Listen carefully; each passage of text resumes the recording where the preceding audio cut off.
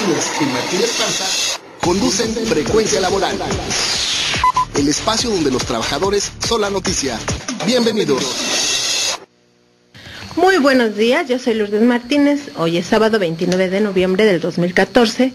Saludo a nuestro auditorio en el interior del país y en la Ciudad de México, y a quienes nos contactan en el extranjero a través de nuestro portal www.frecuencialaboral.com.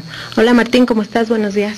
Hola Lulú, amigos del auditorio, muy buenos días. Enviamos un saludo a toda la clase trabajadora del país, en especial a nuestros compañeros jubilados y miembros activos en resistencia del Sindicato Mexicano de Electricistas. Iniciamos con Frecuencia Laboral, el espacio en donde los trabajadores son la noticia.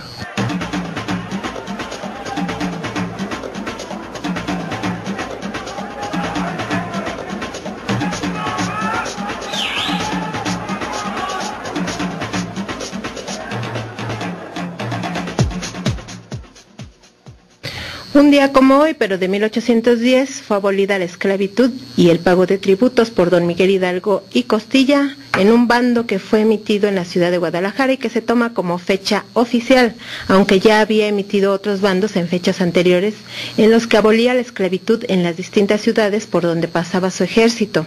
El primero de ellos se emitió el 19 de abril del 2014 en la ciudad de Valladolid, hoy Morelia, Michoacán, y uno de los últimos se emitió el 6 de diciembre, por lo que la próxima semana también se podría celebrar el día de la abolición de la esclavitud.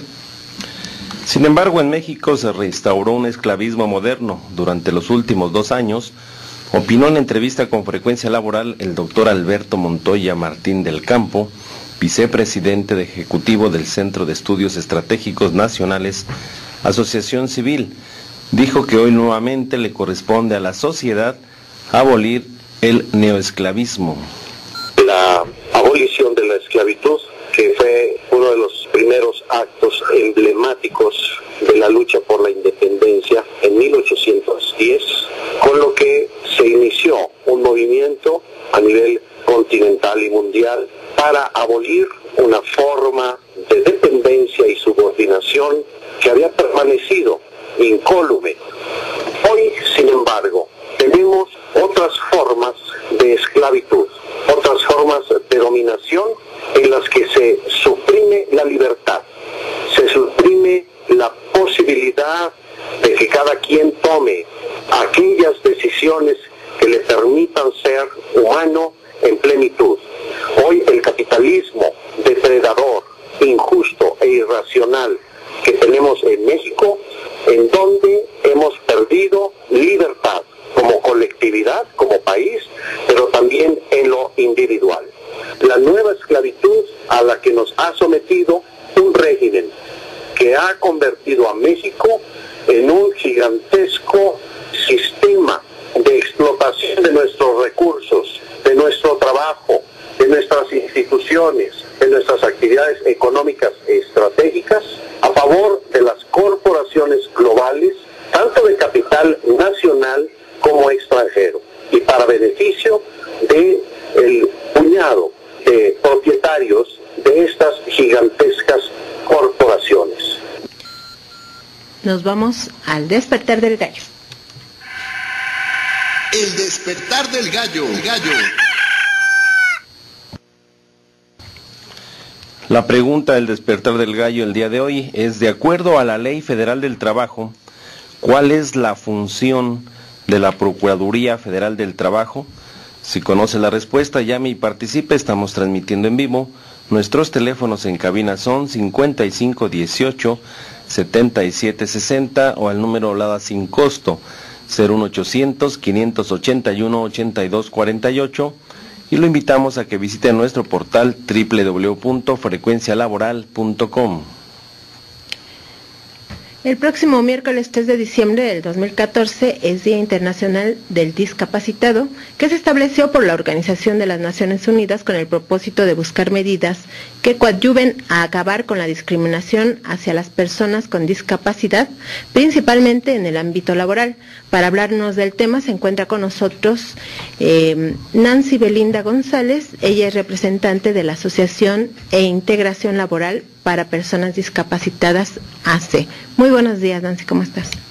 Sí, buenos días, gracias por la invitación. A ti, Lulú, y al señor Martín.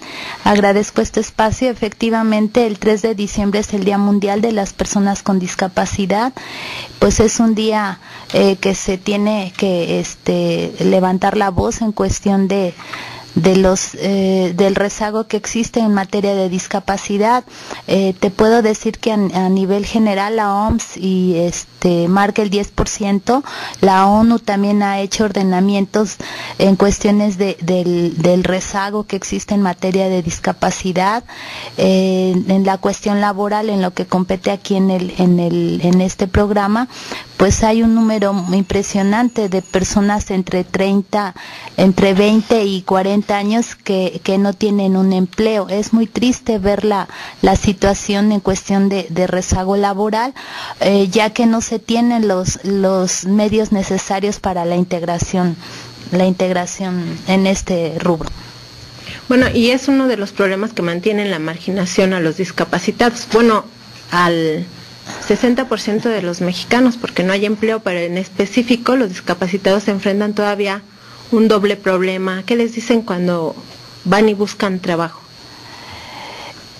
Pues siempre piden un perfil en donde la gente pues cumpla con ciertos requisitos, pero según el tipo de discapacidad, yo te puedo decir que de alguna manera hay algún tipo de acceso a discapacidad física, pero la discapacidad sensorial, donde entran personas ciegas, personas sordas, pues no hay muchas oportunidades, y mucho menos para la discapacidad intelectual. En este sentido, personas con síndrome de Down, retraso psicomotor, parálisis cerebral de leve a profundo, pues tampoco tienen esas oportunidades, y ellos tienen, con los medios necesarios, tienen las facilidades para aprender, desarrollar cada quien sus habilidades, pero desafortunadamente no existen los espacios. Quiero comentarte que a nivel nacional se abrió el programa de la Secretaría del Trabajo de integración, de inclusión laboral para personas con discapacidad, y están pidiendo que haya una certificación. Yo me pregunto en dónde se va a dar esta certificación cuando en las entidades federativas, las áreas correspondientes como el DIF, ni siquiera se promueve el consejo para las personas con discapacidad, y donde de esos consejos que emana el DIF y la Secretaría de Salud, que también tiene las atribuciones, pues no implementan los programas para que la gente tenga accesibilidad y pueda desarrollar sus habilidades. Entonces, la certificación, pues de qué manera se va a dar si no existen los espacios correspondientes en cada una de las áreas que competen. Y bueno, para las personas, se dice que es el 10% de la población la que tiene algún tipo de discapacidad. ¿Qué hacen las personas cuando no encuentran trabajo, cuando no encuentran oportunidades en las escuelas, cuando no encuentran opciones para el desarrollo personal y profesional? Pues tristemente te podría decir que están confinadas a estar dentro de su casa, ¿no? Como un mueble más. Muchas veces la gente está pues siendo no sé, como los sirvientes en su propia casa, ¿no? Se dedican a cuidar a los sobrinos o están simplemente allí como un mueble más, ¿no?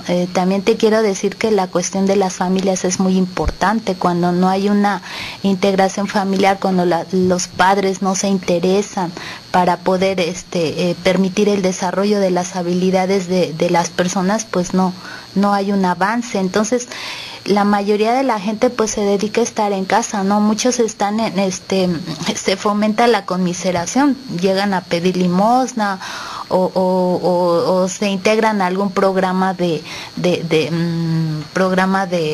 despensas, de donativo de despensas, ¿no? Porque no hay muchas, no hay acceso para la cuestión de una integración laboral. La mayoría sí están confinados en sus espacios, nada más en la casa. Aparte también la cuestión del desplazamiento, o sea, la gente para ir de un lado a otro, pues no tiene el recurso económico para poder ingresar ni siquiera a un centro donde puedan aprender un taller, ¿no? pues algún curso, cómo se desplaza, ¿no?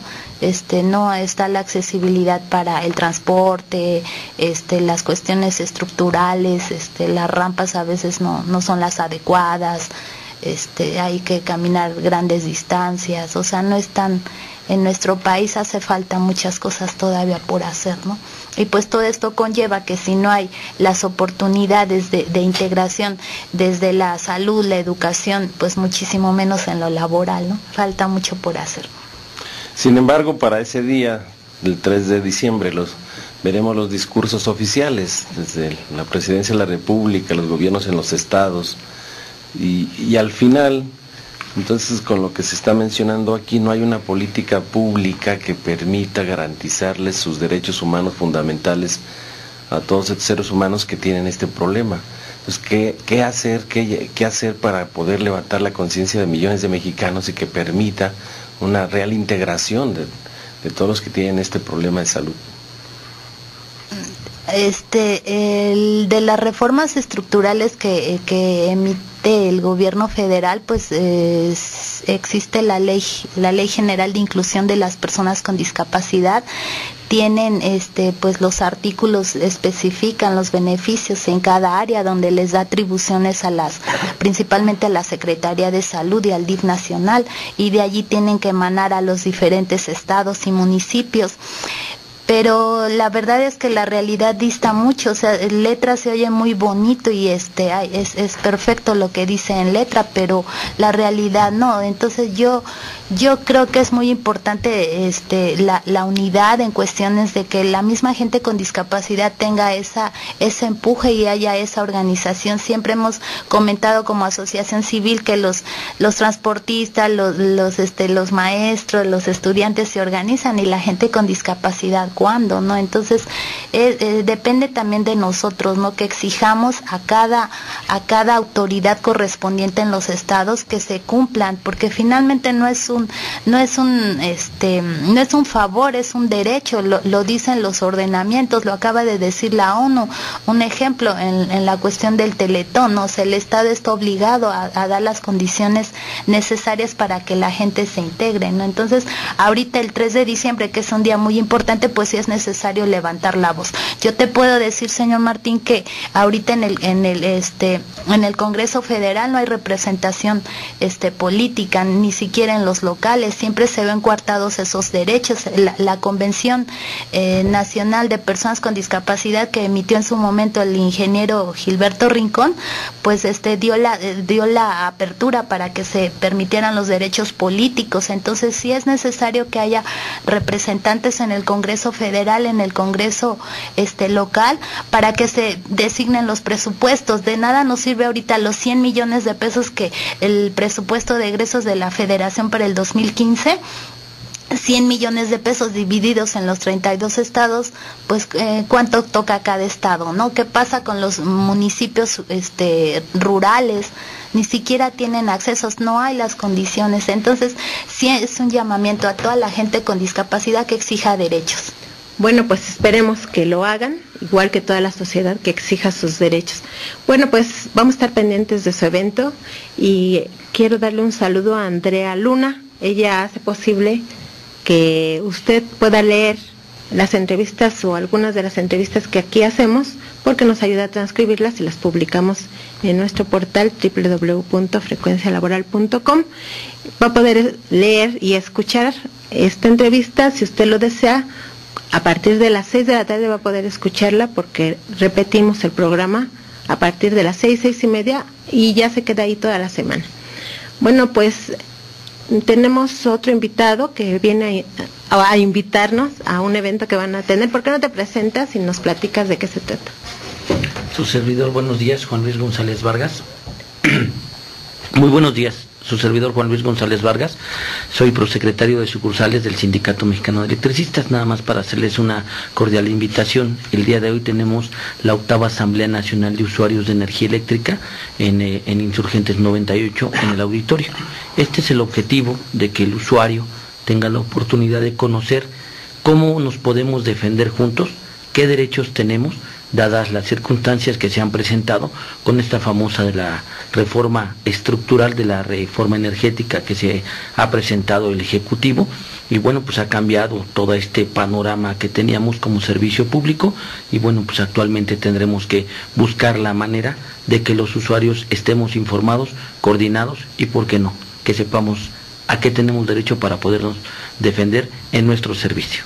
Martín, ¿cuántos usuarios se han o nos hemos organizado y hemos interpuesto nuestra demanda, y cómo va lo de borrón y cuenta nueva? Bueno, queremos señalar que una iniciativa ciudadana se presentó en el Congreso de la Unión para elevar a rango constitucional el derecho a la electricidad.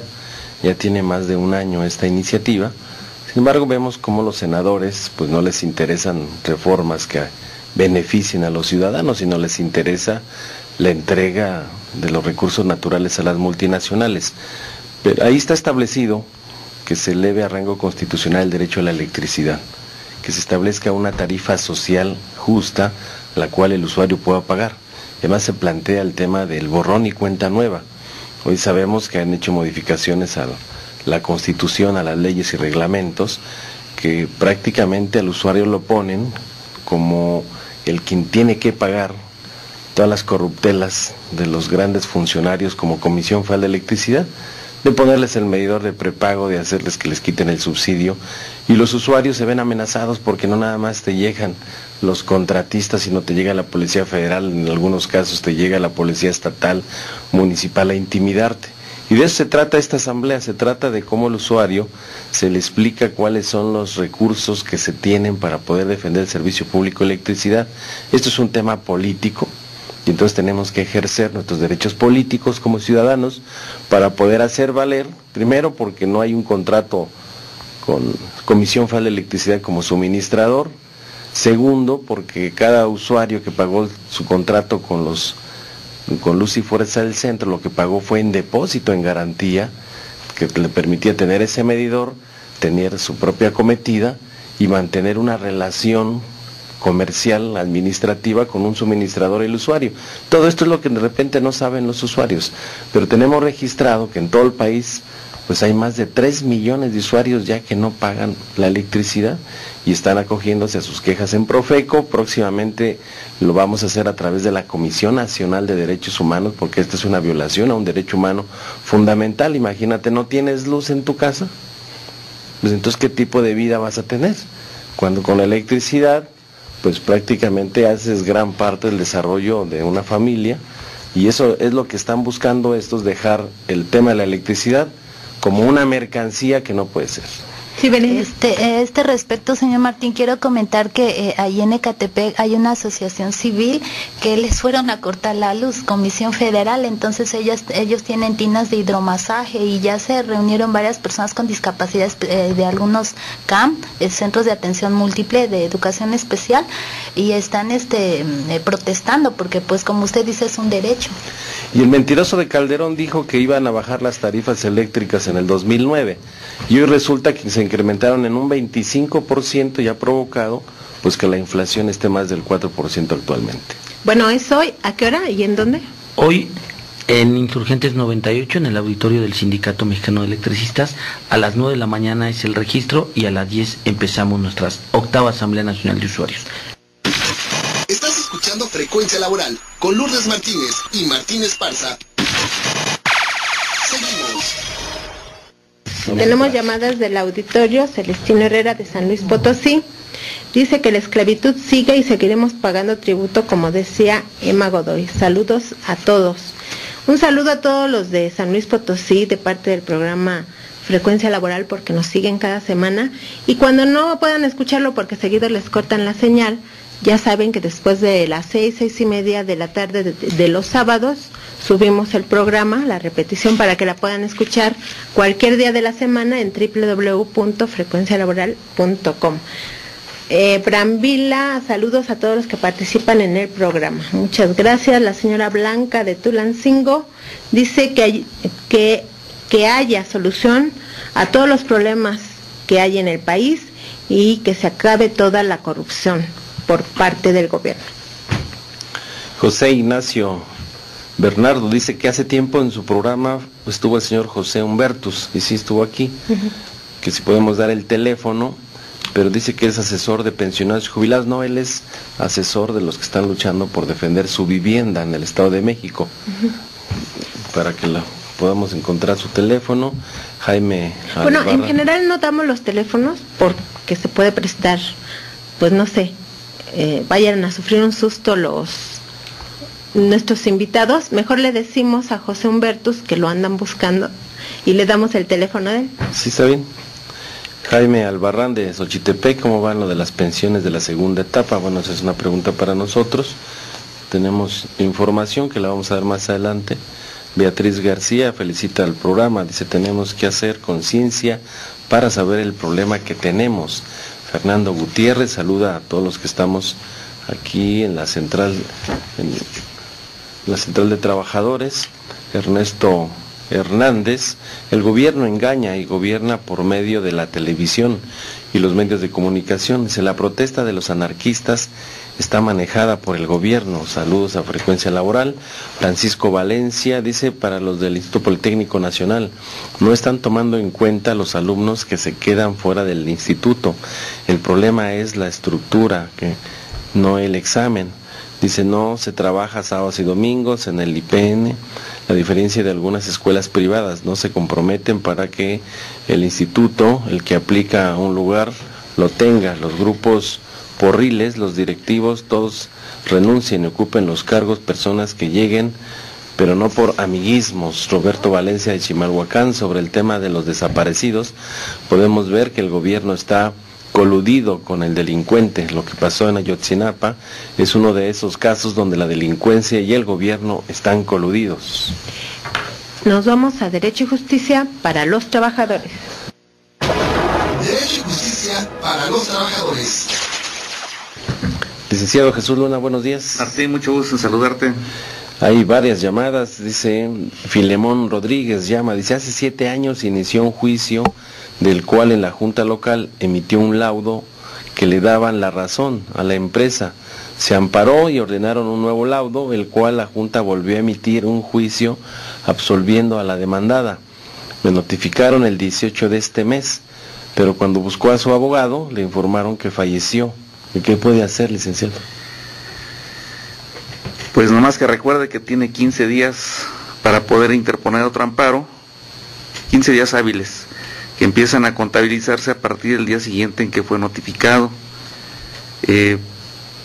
Pues tendría que buscarse otro abogado o ir a la Procuraduría de la Defensa del Trabajo, porque el tiempo es letal y desde una vez que se notifica a la Junta o a las autoridades no les interesa si fallecieron o no fallecieron quienes ejercían la tutela del trabajador, y lo más recomendable es que se apresure, porque pues la persona que contrate va a tener que leer todo el expediente para ver dónde están las posibles fuentes que le puedan ayudar a emitir un nuevo amparo, ¿no? Licenciado, ¿cuáles son sus teléfonos? 55 16 77 97 88. Y también puede ver los datos del licenciado Luna en nuestro portal www.frecuencialaboral.com, dándole clic a un botón naranja que dice Conoce tus derechos. Bueno, hay otra pregunta. Están invitando a una rueda de prensa los familiares de los 11 detenidos después de la movilización del 20 de noviembre, que van a dar información hoy a las 2 de la tarde frente al Palacio Nacional. Y mi pregunta es mía: ¿por qué envían a los detenidos a reclusorios que están lejos del lugar donde los detienen? Eso no es una violación a la Constitución, porque les inhiben su propia defensa. O sea, si a mí me mandan a Nayarit o a Veracruz, como lo están mandando a ellos, pues va a ser más difícil contratar un abogado, tener familiares que me ayuden a defenderme. Si de por sí es difícil, como que dificultan más la defensa, ¿no? Efectivamente, así es, pero dice que no solamente sucede en materia penal, en materia laboral también es muy frecuente cuando un trabajador solicita un amparo indirecto ante un juzgado o un directo ante un colegiado. En muchas de las ocasiones los colegiados dicen: bueno, si usted lo radica en el Distrito Federal, su amparo se lo mandan a Michoacán, o se lo mandan a Sinaloa, se lo mandan a Sonora. ¿Y eso con qué objetivo es? Bueno, hay ciertos casos que las autoridades judiciales prevén o consideran que les puede ocasionar un cierto tipo de conflicto interno y lo remiten a otro lado porque precisamente la gente no tiene esas posibilidades de... Imagínense un trabajador que lo despiden aquí en el Distrito Federal y que le mandan San para asesinarlo, pues no va a tener la posibilidad de verse. Es legal. Es prácticamente defenderse, ¿no? Es legal porque así las autoridades han hecho este tipo de modificaciones. Digo, es legal desde el punto de vista de ellos, es ilegal desde el punto de vista, pues porque transgreden los principios más elementales de que una persona se pueda defender. Porque una persona que está presa, una persona que está despedida, pues no tiene los recursos para estarse desplazando. Eso lo hacía el dictador Porfirio Díaz. Y lo hicieron mucho, lo que estamos viviendo actualmente es una copia casi de lo que se dio en Brasil en los 70s, en Chile, en Argentina, en Uruguay, cuando se empezó a instalar el fascismo. Son prácticas que se van haciendo, una de las prácticas se van haciendo precisamente pues para que la gente le piense o se intimide y diga, no, pues mejor no lo hago, o mejor no salgo a protestar, o mejor no ejerzo mi derecho. No, hay que seguir saliendo a protestar. Claro. Y reclamar nuestro derecho a la libre manifestación y a que no se detenga a la gente arbitrariamente, porque muchos de ellos están argumentando que ni estuvieron, algunos de ellos dicen que ni estuvieron en la marcha. Y organizarse, Lulu, yo creo que todos tenemos en la sociedad una obligación, los profesionistas, los abogados principalmente en este caso, en los estados, organizarnos para poder pues colaborar con la sociedad en su conjunto en algo que nos va a beneficiar a todos, ¿no? Claro. Bueno, pues tenemos más preguntas. Dice la señora Marta Cruz que cuál es la situación de la clínica 26, porque hace poco fue y la canalizaron a la clínica de los Venados, que porque tiene que dejar la clínica 26 para obtener el servicio. Bueno, ahí lo que se tiene de servicio es para emergencias o urgencias y alguna forma de atención médica familiar, porque lo que está en el hospital de especialidades sigue cerrado por el último temblor que tuvimos desde el 2012. Hay un daño estructural al edificio. Estamos planteando que se hagan cambios de fondo a ese hospital para garantizar la seguridad de las personas. Entonces hay un trámite administrativo que está haciendo el SAE para disponer de todo ese bien o ese inmueble al Seguro Social y se le pueda invertir recursos. Ese tema lo tenemos en la Secretaría de Gobernación. Bueno, aprovecho para informarles a los trabajadores que esta semana ya quedó firmado el acuerdo para garantizarles la atención médica a todos los trabajadores de la Resistencia, para ellos y sus propias familias durante un año más, a partir de este último día de noviembre. Y bueno, en 2 minutos platícanos que ayer se reunieron, ¿no? Antier, el jueves se reunieron. El jueves hubo una reunión en la Secretaría de Gobernación y estuvieron presentes ya los secretarios de Estado que tienen que ver con el conflicto. Estuvo la Secretaría de Energía, estuvo el secretario del Trabajo, estuvo el subsecretario de Gobernación, estuvo el procurador fiscal de la Secretaría de Hacienda, estuvo el director del SAE y estuvo el director de Comisión Federal de Electricidad. Hay un esquema que hemos llevado a nuestra asamblea y el cual fue votado a favor de avanzar en una mesa de negociación que nos permita regresar a trabajar a nuestros compañeros. Y como lo hemos señalado, esta es una negociación parcial que el sindicato va a buscar alcanzar, primero para mantener su vigencia como organización sindical con nuestro Registro Nacional de Industria. Sabemos que el final de la negociación tendrá que ser cuando seamos capaces todos los mexicanos de recuperar la empresa pública y hacer que se restablezca la legalidad y el Estado de Derecho en este país que hoy pues, prácticamente ha sido derogado ese proyecto de nación establecido en nuestra Constitución. Eso lo tenemos como perspectiva en el sindicato. Vamos a avanzar, esperamos que antes de que termine este año podamos tener ya los instrumentos jurídicos para darle certidumbre a los trabajadores que se mantuvieron en la resistencia de poder alcanzar un empleo con seguridad social, pero además formando parte de un sindicato y haciendo actividades propias de lo que hemos hecho durante toda nuestra vida, que es en el sector eléctrico. Sí, porque Gil Suárez los quería mandar a vender flores, me acuerdo que lo propuso como subsecretario de Gobernación. Oye, en medio minuto dime cuándo van a conmemorar el centenario del SME. Bueno, hay un programa importante, va a iniciar el día 14, que es el día donde se va a celebrar, se cumplen los 100 años del sindicato. Es un sindicato nacional de industria, Va a haber actividades desde muy temprano, hay una carrera atlética, ya está la convocatoria para todos los que quieran participar. Esa es una carrera familiar y que la hacemos extensiva a todos los que han acompañado la lucha del sindicato para que vayan con sus propias familias. Empieza a las 7 de la mañana, terminará como ahí a las 10, es una carrera atlética de 5 y 10 kilómetros. Al término se hará una conmemoración fuera de las oficinas del sindicato, honores al estandarte, se va a develar una placa de los 100 años en nuestras instalaciones y enseguida empieza en el auditorio de Insurgentes 98 un programa cultural.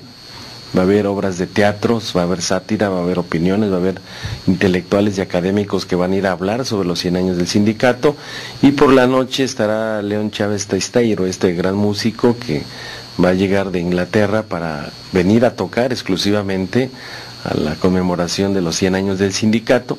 Después habrá una rodada ya por la noche, que los que son motociclistas y demás van a poderlo hacer. También en el interior de la República hay muchas actividades. Y la Asamblea Magna del aniversario del sindicato, que también están invitados todos los radioescuchas, que el sindicato es patrimonio de todos los mexicanos, va a ser el 17 de diciembre en la Arena Ciudad de México. Tiene un cupo de 25,000 personas. Ahí nos vamos a dar cita a los electricistas con nuestras familias, jubilados. Va a empezar el ingreso a las 3 de la tarde. Va a tocar una banda de viento, que es la banda que acompañó a Emiliano Zapata en toda su lucha, Tlanayapa. Es una banda importante que va a estar ahí amenizando, y empezará la asamblea a las 6 de la tarde del próximo día 17 de diciembre. Están cordialmente invitados. Bueno, ahí estaremos. Estás escuchando Frecuencia Laboral con Lourdes Martínez y Martín Esparza. Seguimos.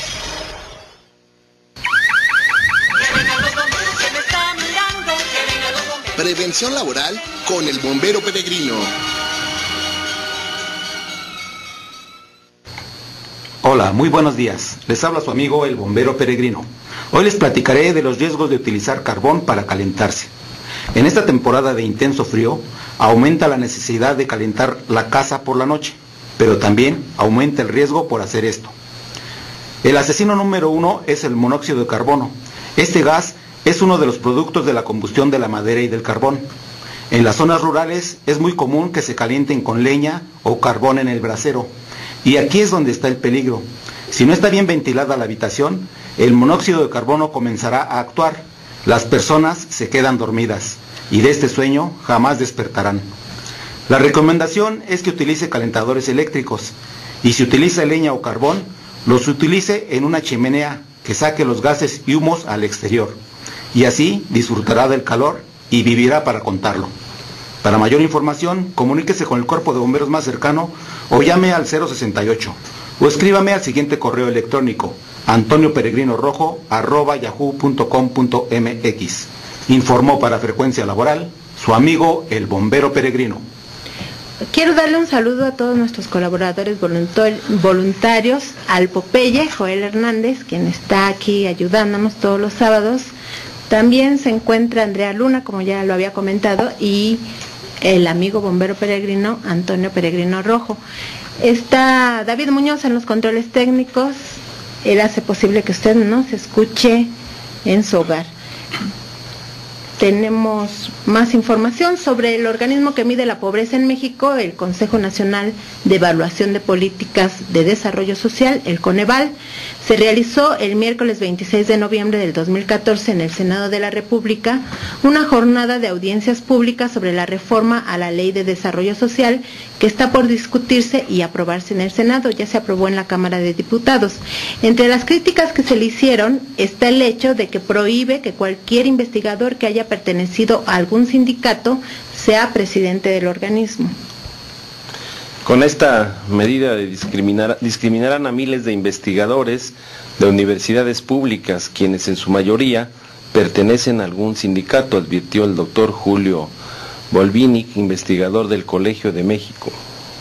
Los requisitos para ser presidente consejero o haber sido en los 5 años anteriores al nombramiento militante de algún partido político, candidato a un cargo de elección popular o desempeñado alguno de ellos, dirigente de algún partido, asociación política o religiosa. beneficiosa e índice sindical. Yo propongo eliminar sindical.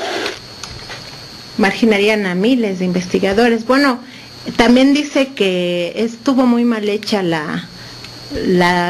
pues lo que aprobaron en la Cámara de Diputados, porque se ve que copiaron de otras leyes y pegaron y ni lo analizaron, y que hay muchas contradicciones, por lo que propuso que mejor se vuelva a hacer todo el proyecto.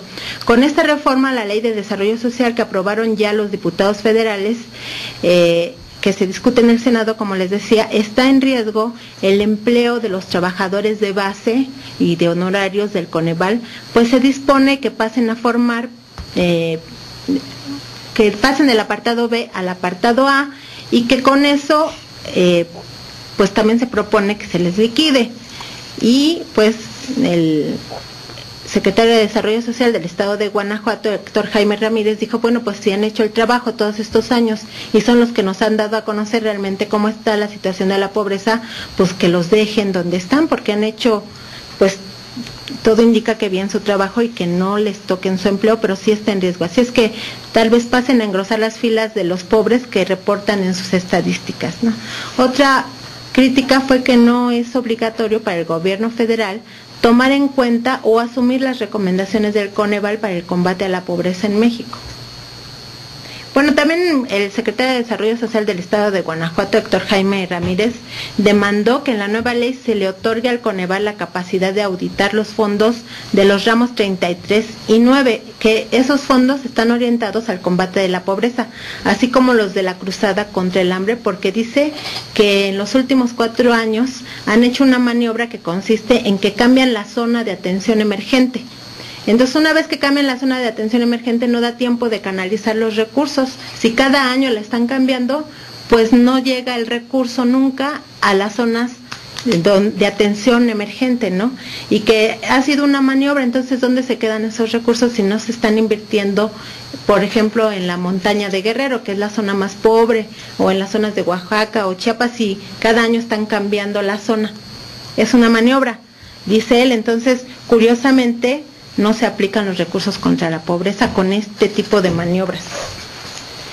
Y bueno, en otro tema, mientras haya paro en el Instituto Politécnico Nacional, algunos trabajadores no cobrarán sus quincenas. Y este tema se nos quedó pendiente la semana pasada, que hablamos de cómo está el paro del director, que tiene antecedentes de autoritarismo en la UAM. Y bueno, pues ya esta semana se rompieron las pláticas. Entonces, ¿qué va a pasar? Para platicarnos de eso está pues nuestras invitadas de la semana pasada. ¿Por qué no se presentan y empezamos platicando del tema?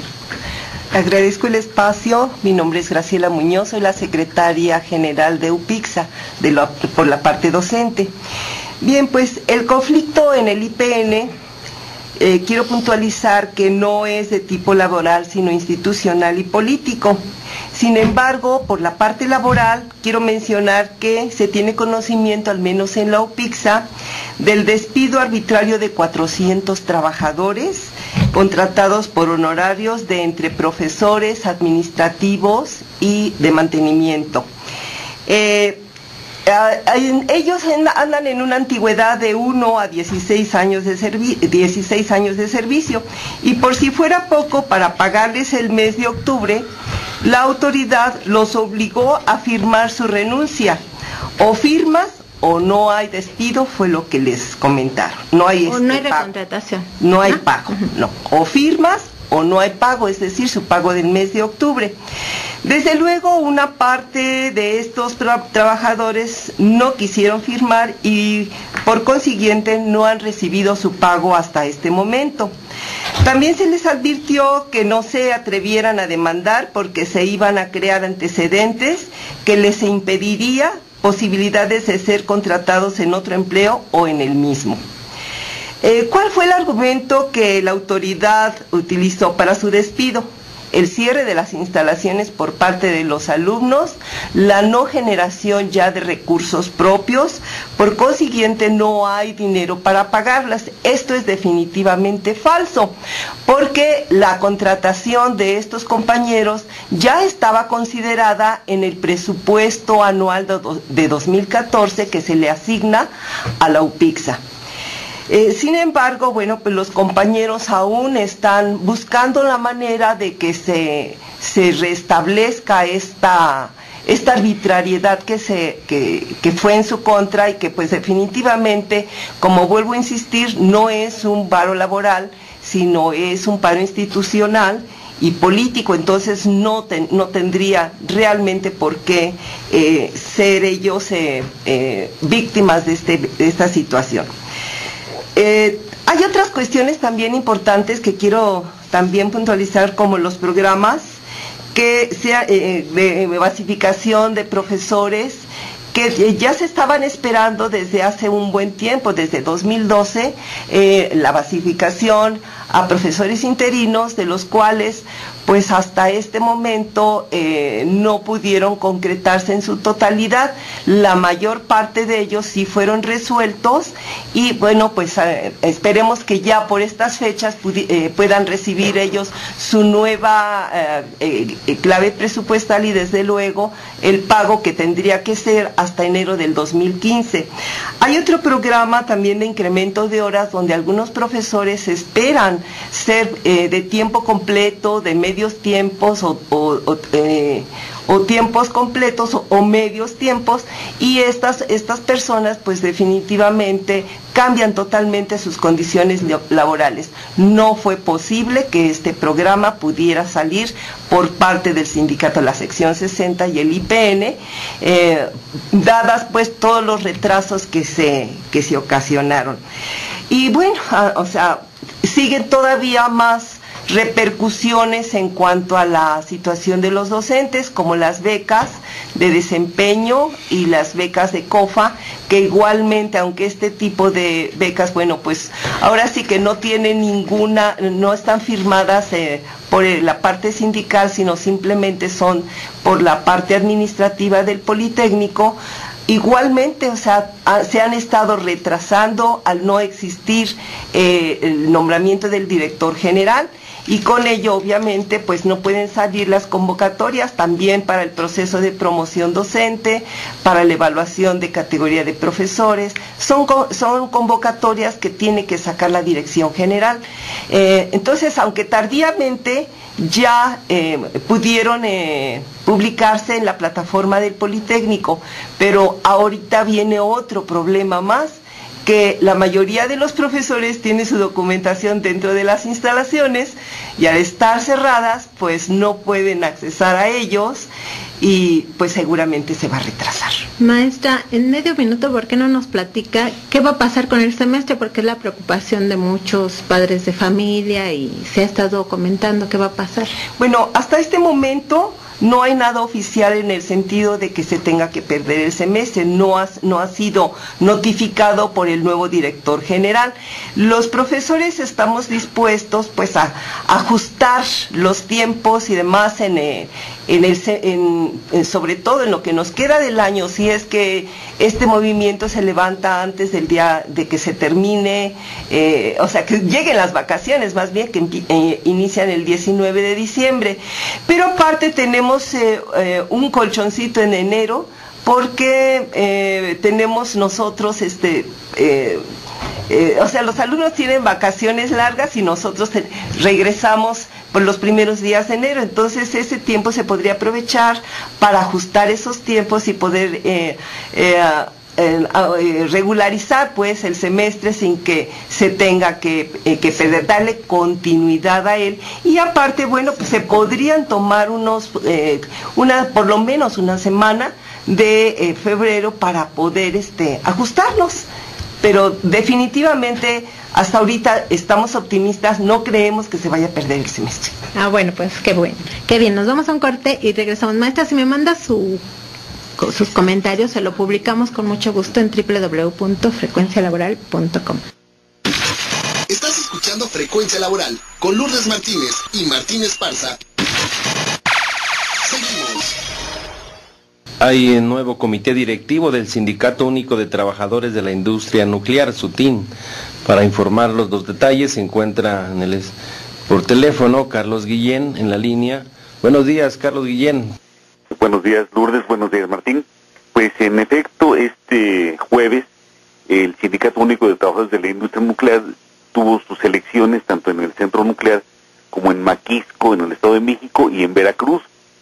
Como resultado de esto, el doctor Simón Cruz Galindo fue electo como secretario general del SUTIN para el periodo que abarca del 5 de enero de 2015 al 4 de enero de 2017.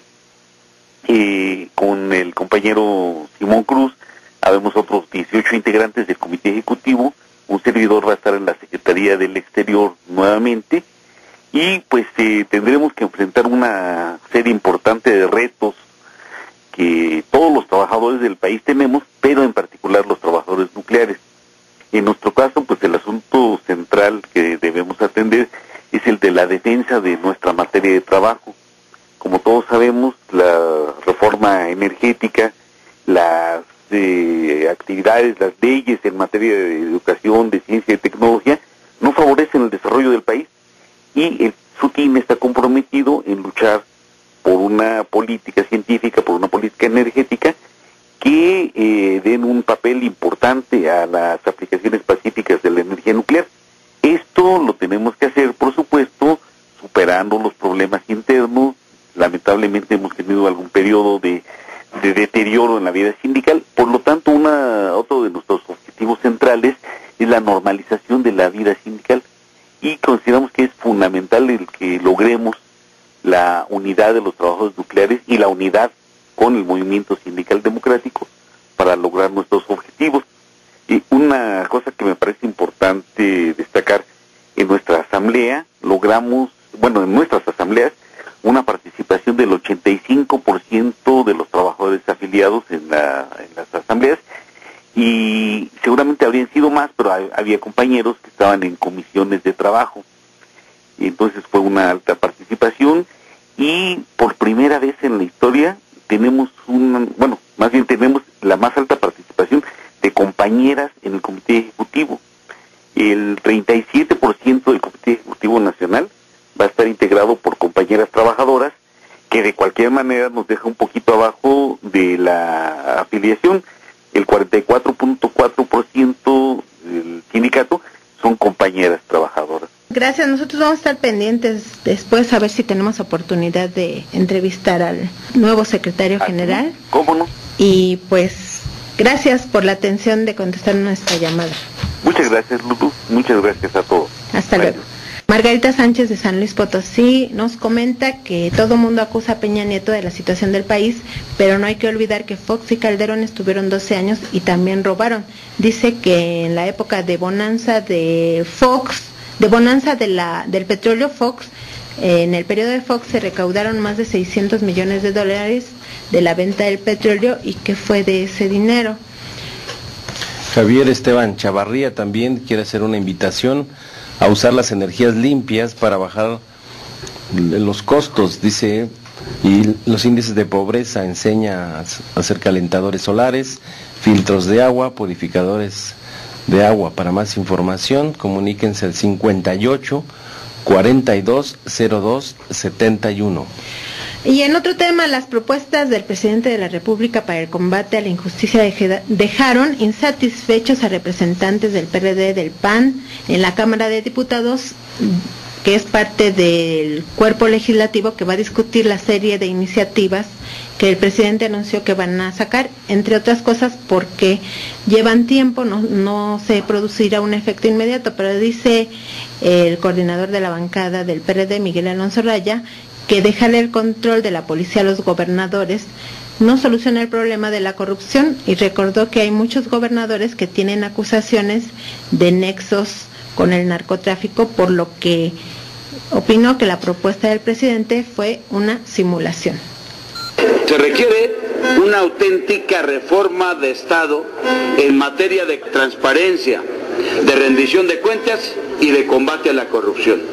Y aquí el problema es que hay gobernadores prófugos, como Yarrington, o exgobernadores, y hay otros muchos gobernadores que están involucrados con el crimen y a los que no se les ha procedido a girar la orden de aprehensión respectiva para... También la Asociación de Autoridades Locales de México envió un comunicado en el que dice, bueno, que de por sí a los municipios se les tiene muy marginados porque solamente se les dan 4 centavos de cada peso que ingresa a las arcas federales, a la Secretaría de Hacienda, y que el gobierno federal se queda con la mayor parte, que es el 80%, 80 centavos de cada peso. Y si de por sí está muy marginado, no tiene presupuesto para solucionar los problemas, y pues prácticamente se les está haciendo culpables de todo lo que pasa, cuando es toda una estructura de corrupción, ¿verdad? Que no solo llega a los gobernadores, llega a altas esferas, y decía Alonso Roya, pues que hasta en la Interpol ha habido corrupción, ¿no? Y en la PGR no despidieron a tanto policía judicial acusándolos de falta de confianza. Entonces la situación debe ir más a fondo, de combate a la corrupción. Bien, de más información, queremos invitarlos también a participar. Es el 50 aniversario de la peregrinación a la Basílica de Guadalupe. Hay un compañero jubilado que lleva 50 años organizando esta peregrinación. Se van a juntar a las 4 de la tarde en la glorieta de Peralvillo para salir hacia la Basílica, y se va a entregar un documento con el mensaje del Papa Francisco en el encuentro de los movimientos populares que se llevó a cabo en octubre. También a todos los compañeros de la Resistencia y jubilados. Hay una audiencia en la Junta Federal de Conciliación y Arbitraje el día de hoy a las 11 de la mañana de una demanda para que los jubilados puedan aplicar a créditos de vivienda con el sistema de administración y enajenación de bienes. Bueno, el Partido Acción Nacional, en voz del coordinador de la bancada del PAN en la Cámara de Diputados, Isabel Trejo, comentó que se había dado la expectativa de que se iba a hacer una especie de pacto y una concertación para decidir las medidas a tomar, pero finalmente fue autoritario y solo emanó del Poder Ejecutivo, y dice que se van a mandar más iniciativas supuestamente para mejorar toda la situación de la injusticia en México, pero que el presidente ya tiene leyes con las que puede contar, y que lo que ha ocurrido es que ha habido ineficacia. Vamos a escucharlo. Vamos a legislar a largo plazo, lo que se requiere son medidas inmediatas, muchas iniciativas y pocas acciones. Estamos de acuerdo en lo que dijo en relación con el Sistema Nacional Anticorrupción, solamente. En lo demás, consideramos que es insuficiente. Muchas de las cosas que el presidente mencionó ya están en el presupuesto. El Ejecutivo tiene la responsabilidad de gobernar este país y por lo tanto requiere de un marco jurídico que de conformidad con su visión le permita ejecutar sus políticas públicas. Nosotros le hemos otorgado muchas de esas herramientas y no han sido funcionales. Entonces tampoco su sistema no es un asunto de ley cuando no hay ineficacia. Le hemos dado las herramientas y no ha funcionado. Así está. Entonces, ¿cuál es en realidad, qué debería hacer el presidente para se logre el objetivo que planteo de que haya más justicia, menos corrupción? ¿Qué opinan? Bueno, aquí hay que señalar que uno de los principales responsables de que no haya justicia en nuestro país es el Poder Judicial. La Suprema Corte de Justicia de la Nación había que revisar cómo son nombrados los ministros de la Corte, y no los nombra la sociedad. A propuesta del presidente lo ratifica el Senado. Entonces, ¿a quién les sirven los ministros de la Corte?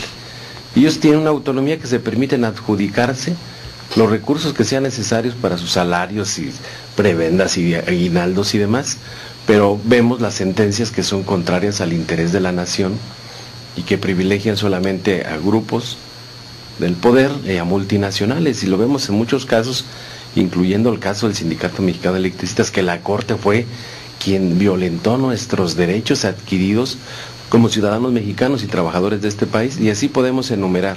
Entonces, esta estructura prácticamente burocrática que hoy está en nuestro país, pues ya está caduca, ya no cumple. Hay un Estado fallido en el país porque no garantizan empleo, seguridad, estabilidad para ningún sector. Hay una cantidad de jóvenes, son millones de jóvenes que no tienen acceso a la educación, ni tampoco al trabajo. Entonces una generación de jóvenes perdida, no nada más en México, en todo el mundo. El fondo es este modelo capitalista que ya caducó, sus expectativas de crecimiento no se cumplen en ningún año, y sí son los ajustes a la población. Yo creo que este modelo es el que hay que poner dentro del centro del debate.